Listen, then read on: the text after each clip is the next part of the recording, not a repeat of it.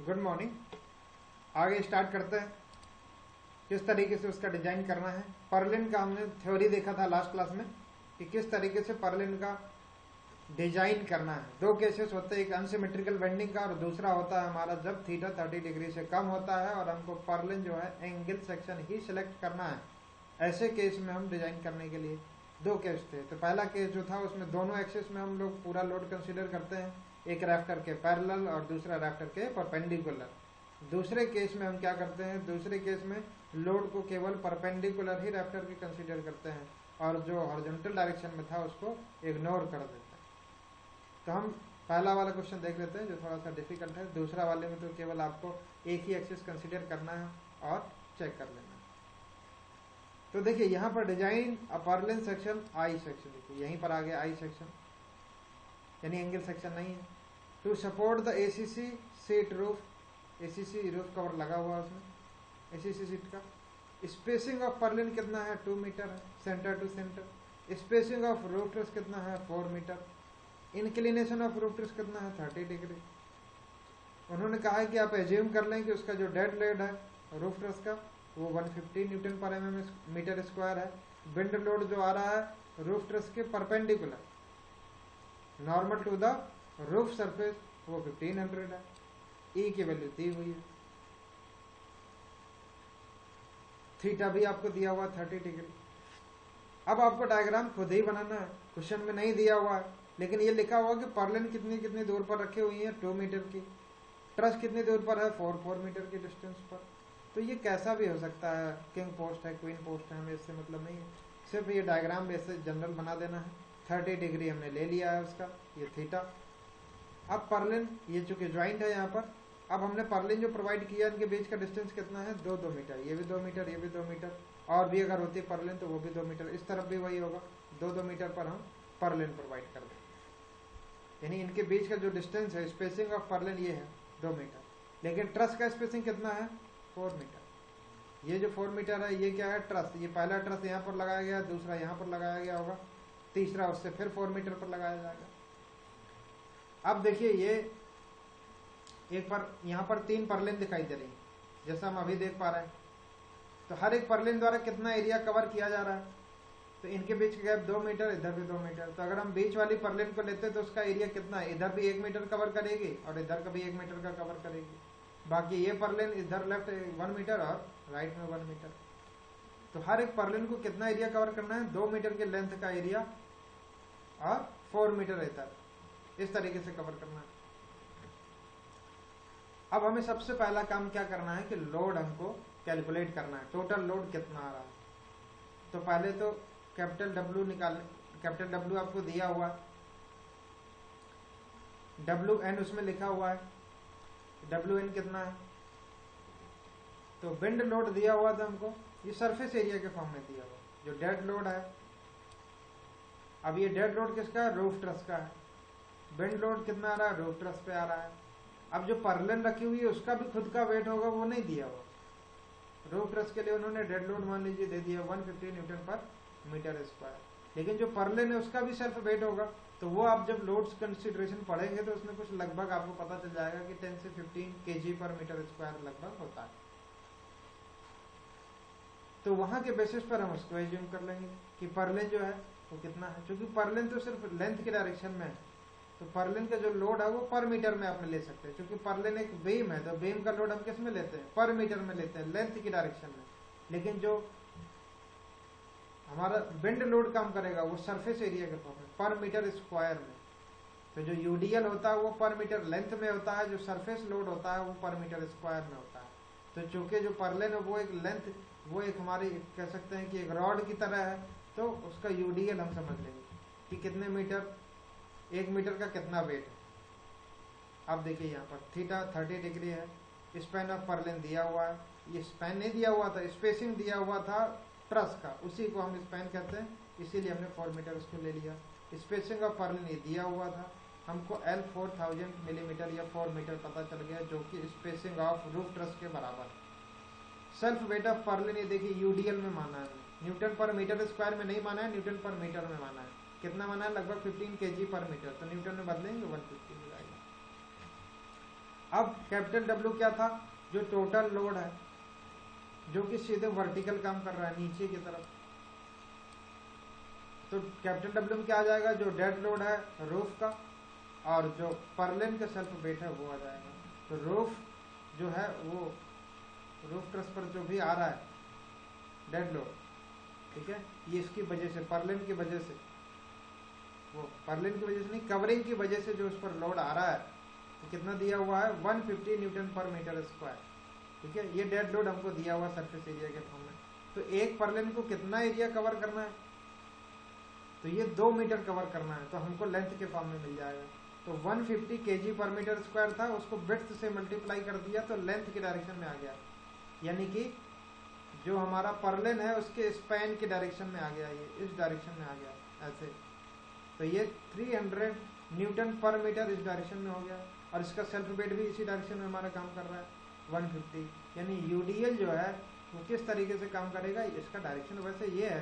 तो मैंने आपको ये बताया कि उसका जो है खुद का जो लेंथ है उसकी डायरेक्शन में यूडीएल कितना काम करेगा, ये ऐसे ही काम करेगा। अगर मैं ये लाइन बनाऊं तो इस तरीके से ये काम करेगा इसके ऊपर ये। तो ये आ गया 450। देखिए यहाँ पर पहले वो पर मीटर स्क्वायर में था, उसको भी मीटर में बदला, और इसको हमने मीटर में ही एज्यूम कर लिया, तो फिर दोनों ही मीटर में आ गए। अब विंड लोड भी सरफेस एरिया में दिया हुआ था, तो विंड लोड 1500 न्यूटन पर मीटर स्क्वायर, लेकिन एक परलेन कितना एरिया कवर कर रही है, अगर हम उसके हिसाब से देखें तो हम विड्थ से मल्टीप्लाई कर दे रहे हैं, 2 से मल्टीप्लाई कर दिया, तो हमें किसके फॉर्म में आ गया, लेंथ के फॉर्म में, यानी 4 मीटर के फॉर्म में आ गया। यानी अब डब्ल्यू भी इसकी डायरेक्शन में और डब्ल्यू भी इसकी डायरेक्शन में। अब हम समझ सकते हैं कि ये हमारा परलेन है, इस पर एक डब्ल्यू काम कर रहा है, ये डब्ल्यू जो कि वर्टिकल काम कर रहा है, और ये है हमारा विंड लोड, ये इस तरीके से विंड लोड काम करेगा। तो ये विंड लोड हो गया डब्ल्यू, ये दोनों के बीच का एंगल जो है वो थीटा हो जाएगा, ये इस तरीके से काम करेगा। ये हमारा ये जो है परलेन समझ सकते हैं। अब परलेन के पैरेलल लोड निकालना है, यानी हॉरिजॉन्टल डायरेक्शन में और एक वर्टिकल डायरेक्शन में। तो जब हॉरिजॉन्टल डायरेक्शन में निकालेंगे तो डब्ल्यू का साइन थीटा आ जाएगा, तो ये डब्ल्यू का साइन थीटा आ जाएगा हॉरिजॉन्टल डायरेक्शन में, और वर्टिकल डायरेक्शन में आएगा तो डब्ल्यू का कॉस थीटा भी हो जाएगा, और साथ ही साथ वो डब्ल्यू भी काम कर रहा था, वही फार्मूला जो पहले लिखा हुआ है। मेन काम आपको ये डब्ल्यू निकालना है, डब्ल्यू को सही से निकालना है, डब्ल्यू को भी, क्योंकि ये जो लोड है वो आपको पर मीटर स्क्वायर में दिए रहते हैं, उसको पर मीटर में सबसे पहले निकालना है, उसके बाद ही क्वेश्चन को सॉल्व करना है। ठीक है, पर मीटर में सबसे पहले निकाल लें, तो पहले डायग्राम बनाना पड़ेगा हमको, डायग्राम जैसे ही बना लेंगे तो हमको ये पता चलेगा। अब डब्ल्यू एन और डब्ल्यू पी जैसे ही थीटा पता है तो कॉस थीटा, क्योंकि ये सब वैल्यू पता चल गया है, तो ये आपको डब्ल्यू एन और डब्ल्यू पी की वैल्यू मिल गई यहाँ पर कैलकुलेट कर लेने के बाद में। अब एम एक्स एक्स और एम वाई वाई का फार्मूला भी आपको पहले से ही पता है, एम एक्स एक्स का क्या फार्मूला होता है उसमें रख दीजिए, एम वाई वाई का क्या फार्मूला होता है उसमें रख दीजिए, तो आपको मिल जाएगा। अब हमने ये देखिए एज्यूम कर लिया, 7 ही एज्यूम कर लिया, Z X X upon Z Y Y को कितना एज्यूम कर लिया 7, एफ बी की वैल्यू कितनी होती है 0.66 एफ वाई होती है जनरली, लेकिन हम चूंकि बेंड लोड भी ले रहे हैं तो कितना बढ़ा देना है 1.33 से मल्टीप्लाई कर देना है, तो 1.33 इंटू 0.66 एफ वाई हो जाएगा। अब जेड एक्स एक्स का हमको फार्मूला यहाँ पर अप्लाई करना है सेक्शन मॉडुलस के अकॉर्डिंग। अभी देखिए हमने सेक्शन सेलेक्ट नहीं किया हुआ है, अभी सिर्फ ये एज्यूम किया है कि Z X X upon Z Y Y कितना है, उसके बेसिस पर जेड एक्स एक्स निकाल लेंगे। ठीक है, इस फार्मूले में रख दीजिए वही जो इक्वेशन थी, M X X upon F B into 1 plus Z M Y Y upon M X X into Z X X upon Z Y Y. ये इक्वेशन कैसे आती है ये मैंने आपको बताया था, इसके लिए कोशिश करिए sigma is equal to sigma X plus sigma Y लिख लीजिए, सिग्मा को M X X upon Z X X लिख लीजिए, और सिग्मा वाई को Z X X M Y Y upon Z Y Y लिख लीजिए। वहाँ से आप जैसे ही इसको ट्रांसफर करेंगे जेड एक्स एक्स की वैल्यू निकालेंगे तो अपने आप में मिल जाएगा। और सिग्मा को सिग्मा ना लेते हुए उन्होंने एफ बी ले लिया। ठीक है, अब इसमें जैसे ही आप वैल्यू रखेंगे, बाकी सब पता ही है, 1.33 इंटू 0.66 एफ वाई और 1 प्लस ये वैल्यू, और Z X X upon Z Y की वैल्यू 7 है, उसको रख दीजिए। ठीक है, यहाँ पर देखिए दोनों को वैल्यू को हमने किस में रखा हुआ है, यहाँ पर जो मोमेंट आया हुआ है वो यहाँ पर न्यूटन मीटर में है, ये भी न्यूटन मीटर में है, तो हमने यहाँ पर न्यूटन मीटर में रख दिया। ठीक है, कोई दिक्कत नहीं। यहाँ पर न्यूटन मीटर में रखेंगे तो दिक्कत हो जाएगी, क्योंकि न्यूटन मिलीमीटर में रखें तो ज़्यादा सही है, क्योंकि एफ वाई की वैल्यू किस में आएगी, न्यूटन पर मिलीमीटर स्क्वायर। तो मीटर न्यूटन मीटर की जगह न्यूटन मिलीमीटर करेंगे तो 10⁻³ से मल्टीप्लाई करेंगे तो ये वैल्यू आ जाएगी। वो तो बेसिक है, उसको देख लेंगे आप लोग, उसमें रखिए तो अपने आप ही पता चल जाएगा, 10⁻³ आ जाएगा। यहाँ 10⁻³ से मल्टीप्लाई करना ही है, न्यूटन मिलीमीटर में करना है। यहाँ इसलिए नहीं किया कि यहाँ भी 10⁻³ से मल्टीप्लाई करेंगे, यहाँ भी 10⁻³ से, तो कैंसिल हो जाएगा। अब ZXX जब मिल गया तो अब आपको IS स्टील टेबल का यूज करना है। स्टील टेबल से जो सेक्शन हमें इसके नज़दीक मिलता है ZXX के आसपास, वो है ISJB 175। उसकी पूरी प्रॉपर्टी नोट कर लीजिए, ZXX लिख लीजिए, ZYY लिख लीजिए, डेप्थ लिख लीजिए, ब्रेड्थ ऑफ फ्लैंज लिख लीजिए, IXX IYY, X की Y की अगर ज़रूरत तो ऐसे नहीं पड़ती है। X कहाँ से आएगा, जो हमारा ब्रेड्थ ऑफ फ्लैंज है वहाँ उसका हाफ हो जाएगा। Y कहाँ से आ जाएगा, जो डेप्थ है उसका हाफ हो जाएगा। अब FB की वैल्यू अब हमें चेक करना है। देखिए अभी FB की वैल्यू यूज किया है, अब उसी को चेक करना है कि सेफ है कि नहीं है। तो FB = MXX/Z, यहाँ पर क्या लिखा हुआ है, MXX/ZXX इनटू ये फार्मूला है, इसमें रख दीजिए। अब ZXX हमको मिल गया है, यहाँ से इसी का यूज करना है। ZXX/ZYY, तो ZXX/ZYY की जो वैल्यू है वो आपको यहाँ पर जो दी हुई है उसका यूज करना है। अब ZXX/ZYY जो 7 एज्यूम किया था अब वो नहीं लिखना है, क्योंकि हमको ZXX और ZYY अब मिल चुका है, उसी की वैल्यू यहाँ पर यूज करना है।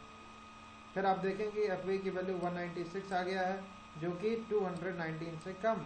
1.33 × 0.66 FY जब किया तो 219 आ गया, यानी कि ये सेफ हो गया। अब हमको क्या चेक करना है, डिफ्लेक्शन चेक करना है।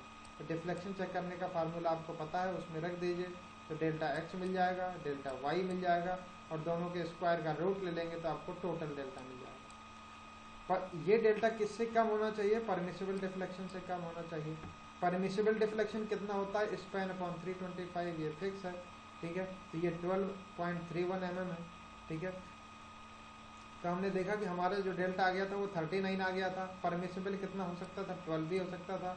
परमिसिबल से ज़्यादा आ गया मतलब अनसेफ हो गया। हमको दूसरा सेक्शन सेलेक्ट करना पड़ेगा।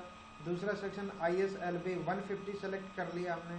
ISLB 150 सेलेक्ट कर लिया, तो ये तो हमको पता ही है कि जब इसमें स्ट्रेस हमारा सेफ हो गया है, उससे ज़्यादा लेंगे तो और ही अच्छा रहेगा। तब उसके लिए FB की वैल्यू और कम आ जाएगी यहाँ पर, तो ये तो सेफ ही रहेगा। बेंडिंग में अगर हम पहले से ज़्यादा स्ट्रॉन्ग मटेरियल प्रोवाइड करेंगे तो बेंडिंग में अगर पहले सेफ था तो अभी और सेफ हो जाएगा। उसको नहीं भी चेक करेंगे चल जाएगा। क्या चेक करना है, डिफ्लेक्शन। अब हमने डिफ्लेक्शन चेक किया, ΔX निकाल लिया इसका, वही फार्मूले से। ΔY निकाल लिया, उसमें से रखा। अब इसका रूट ले लिया तो 10.3 आ गया, जो कि 12 से कम है, सेफ हो गया। अल्टीमेटली हमें ये सेक्शन प्रोवाइड कर देना, ISLB 150, ये दोबारा हम जो सेलेक्ट किया था ये सेफ आ गया। तो यहाँ पर बाकी तो सब प्रोसीजरल है, सिंपल है। इस इक्वेशन को कैसे लाना है ये मैंने आपको बता दिया, कोई ज़्यादा प्रॉब्लम नहीं। ये भी स्ट्रेट फॉरवर्ड है, E की वैल्यू I की वैल्यू रखते हुए चले जाना है ऑर्डर से, ठीक है। किस तरीके से रखना है, सेम यूनिट में रखेंगे आंसर आ जाएगा। बस W कैलकुलेट करते टाइम आपको ध्यान रखना है कि पहले उस जो हमारा ये परलिन है उसकी डायरेक्शन में लोड निकाल लीजिए, उसके बाद ही सॉल्व करें। पर यूनिट में UDL के फॉर्म में पहले निकाल लीजिए, वो किस में दिया होगा, ज़्यादातर लोड आपको पर मीटर स्क्वायर में दिए होंगे, पर मीटर में निकाल लीजिए, उसके बाद सब। तो ये पहले टाइप का क्वेश्चन था जो डिफिकल्ट था। दूसरे टाइप क्वेश्चन आसान है, उसको आप लोग खुद ही कर सकते हैं, सिर्फ W कैलकुलेट करना है और फिर फार्मूले में रख देना, ठीक है। Thank you.